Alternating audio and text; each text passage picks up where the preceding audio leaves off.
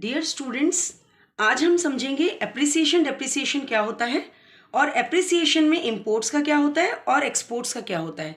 ये आप बहुत ही सिंपल मेथड और एक स्मॉल आइडिया से समझ सकते हो। एयर में ए का मतलब होता है एप्रिसिएशन, इंपोर्ट्स का मतलब आई मीन्स इंपोर्ट्स और राइज यानी कि आर के ले लिया है। और इनके अपोजिट्स मैंने ब्लैक कलर में मेंशन किए हैं क्रॉस लगा के। अप्रिसिएशन का अपोजिट डेप्रिसिएशन, इंपोर्ट्स का अपोजिट एक्सपोर्ट्स एंड राइज का fall. I hope you understood. एक एग्जाम्पल लेते हैं, इसे एयर को हम कैसे यूज करें। If the price of $1 rises from ₹70 to ₹80, has the Indian rupee appreciated और डेप्रिशिएटेड?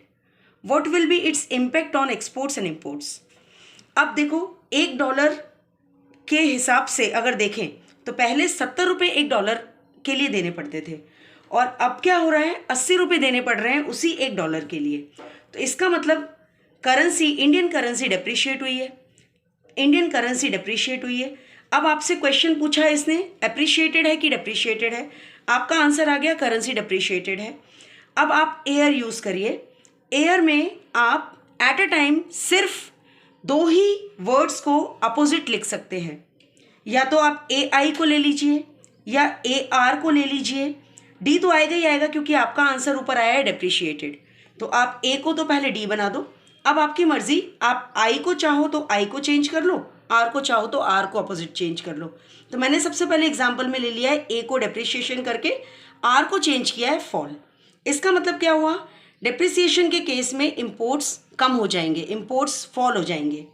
इसी तरह से एक्सपोर्ट्स के लिए अगर देखें तो एयर को उसी तरीके से यूज़ करो। डेप्रिसिएशन तो फिक्स हो गया है आपके लिए, अप्रिसिएशन की जगह डेप्रिसिएशन लिखना पड़ेगा क्योंकि आपके क्वेश्चन का आंसर था डेप्रिशिएटेड। तो डेप्रिसिएशन एप्रिसिएशन की जगह फिक्स है। अब इंपोर्ट्स की जगह कर दो एक्सपोर्ट्स, आर को आर रहने दो, राइज। इसका मतलब हुआ in case of depreciation exports will rise. इसी तरीके से इस एयर को एप्रिसिएशन और एक्सपोर्ट्स में यूज़ कर सकते हैं। एप्रिसिएशन को ए ही रहने दो, आई और आर को अपोजिट कर दो। इंपोर्ट्स का अपोजिट एक्सपोर्ट, राइज का अपोजिट फॉल।